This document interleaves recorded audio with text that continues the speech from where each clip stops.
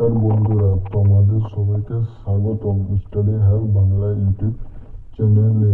আজকে বিদ্যাসাগর ইউনিভার্সিটির এর একটি গুরুত্বপূর্ণ নতুন আপডেট নিয়ে আলোচনা করব, তাই ভিডিওটি শেষ পর্যন্ত দেখুন।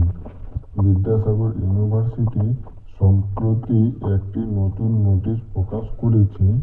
এই নোটিশ অনুযায়ী ইউজি সেকেন্ড সেমিস্টারের কমিউনিটি সার্ভিস এবং ইউজি ফোর্থ সেমিস্টার এর ইন্টার্নশিপ পেপার এর জন্য নতুন নিয়ম চালু হয়েছে। যেসব ছাত্রছাত্রী আগে এই পেপারগুলোতে পাস করেছে কিন্তু ব্যাকলগ রয়েছে, তাদের জন্য এখন থেকে রিটেনশন অফ মার্কস এর সুবিধা দেওয়া হবে। অর্থাৎ ছাত্রছাত্রীদের আবার ওই পেপার পরীক্ষা দিতে হবে না, আগের প্রাপ্ত নম্বরে রাখা হবে।